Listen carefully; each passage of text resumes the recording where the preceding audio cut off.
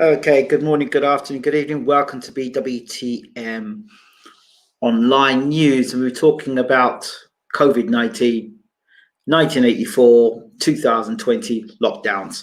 So I came across this article.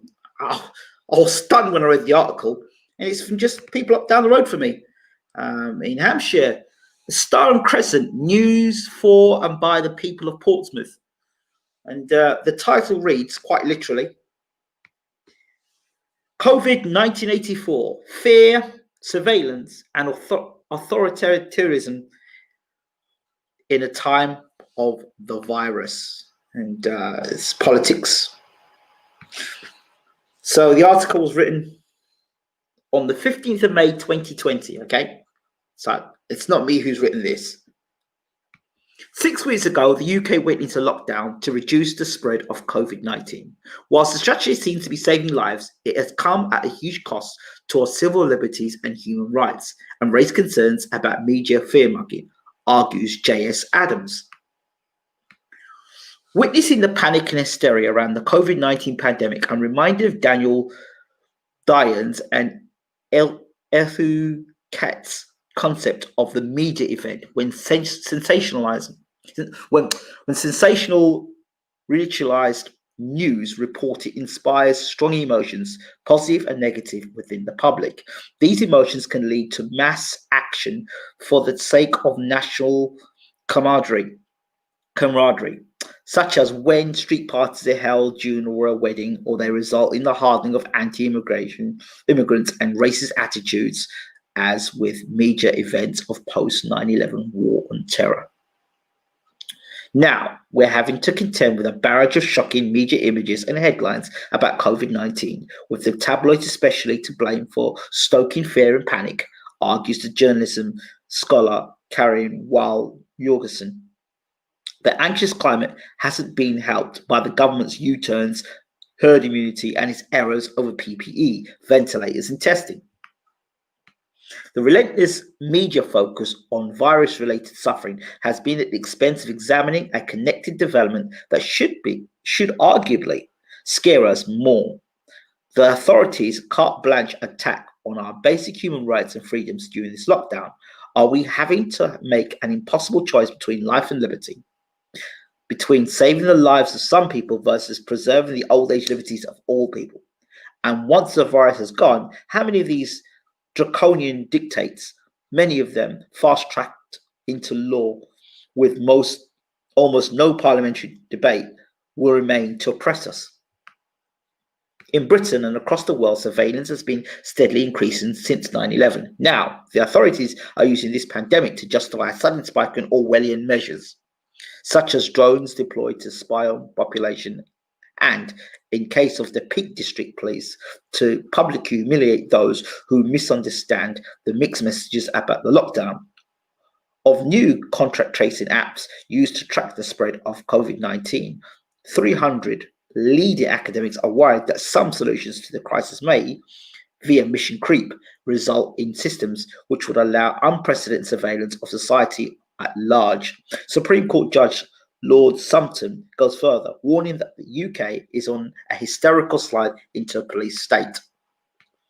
If our right to privacy is in danger, then so too are our legal enshrined rights to interact socially, travel freely, and protest in public. The British Institute of Human Rights has identified a further risk to the safety and freedom of vulnerable people. The changes to the powers to detain under mental health legislation includes removing the need for 2 doctors to sign off dissectioning of a person and allowing for the extension or removal of time limits in mental health legislation. This means that people may be released into the community early without the right support or find themselves detained for longer than necessary. Our new normal world of social distancing sometimes feels like we're living under a totalitarian regime dependent on mean-spirited informants. Here in Portsmouth, I've personally witnessed people snitching on those going on a family outing and cancers paddling around the harbour. This is happening elsewhere in Britain too, and when the police do intervene, they can be aggressive, heavy-handed and authoritarian. One officer in Lancashire was caught threatening to fabricate evidence in order to put away an alleged lockdown violator. Other official actions have been contrary and downright surreal.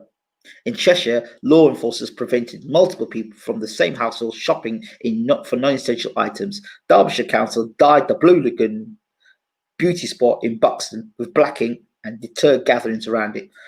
Was this the most effective use of public servants' time and taxpayers' money, given all the financial and logistical challenges COVID-19 has brought with it?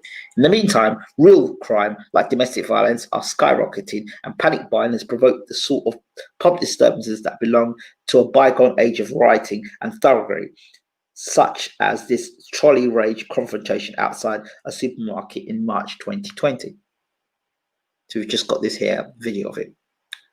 The government and those responsible for the COVID-19 media event believe that the public will consent to the building of a new dystopia because it will protect lives, but that theory is dubious. As veteran columnist and foreign correspondent Peter Hitchens argues, the coronavirus is not as dangerous as claimed. Other comparable epidemics have taken place with far less fuss, and we've survived them. The risk of the coronavirus has been gravely exaggerated, and the figures of death have been overestimated. Indeed, the number of nations where there has been no top-down government policy towards the virus infection rates are so much lower than in the UK. Do we in Britain want to take our fingers off the self-destruct button as the above countries have, or will we follow the path of other parts of the world where COVID has been used as an excuse for greater oppression? The mayor of Champaign, Illinois, in the US, now has the obligatory power to ban the sale of alcohol, firearms, ammunition in her city. If the American right is concerned about such measures breaching the Constitution, then the American left is warned that COVID is a smoke tree under which will flourish new forms of technology-led injustice. We are heading for a society, writes radical commentator Naomi Klein, in which our homes are never again exclusively personal space, but are also, via high-speed digital connectivity, our schools, our doctors' offices, our gyms, and if determined by the state, our jails. It's a future that claims to be run on artificial intelligence, but actually held together by tens of millions of anonymous workers tucked away in warehouses, data centers, content moderation mills, electronic sweatshops, lithium mines, industrial farms, meat processing plants, and prisons where they've left unprotected for disease and hyper exploitation. In Asia, we can see a glimpse of the future nightmare, like something out of the sci-fi film. Creepy robot dogs in Singapore are harassing citizens in parks, telling them to keep their social distance. Talking drums in China were used for the same purpose, but that's not as serious as Iran, where conditions of the de facto martial law, soldiers have been forcibly clearing people off the streets. Other states' responses to the virus are fueling bigotry. India's Hindu supremacist Prime Minister Narendra Modi, who is deemed culpable for the 2002 massacre of Muslims, has scapegoated that same community for COVID-19, slandering them as terrorists and pose a direct threat to the Hindu majority. Distressingly, the new Labour leader, Keir Starmer, recently appeared to endorse Modi's violent and illegal occupation of the disputed Kashmir territory. Great. Hungary has passed laws allowing its ultra-national anti-Semitic Prime Minister Viktor Orban to rule by decree for indefinite period. Anyone who spreads misinformation there could be jailed for 5 years. Perhaps most extreme of all, Philippine President Duterte has ordered police to shoot citizens on sight if they leave their homes. This is a chilling extension of the already chilling state campaign to summarily execute drug abusers and sellers, now in its 4th year. Now, it's unlikely Britain will go as far as these regimes. Despotic, unfair, and irresponsible rules we have already are here to stay until a vaccine is developed. That could take years and never happen at all, as Boris Johnson admitted recently. And in the meantime, what more damage can be done to our rights, our freedoms, our dignity, our social cohesion, and our prosperity? As Hitchens notes, the country is having a gigantic self-inflicted heart attack and stroke combined.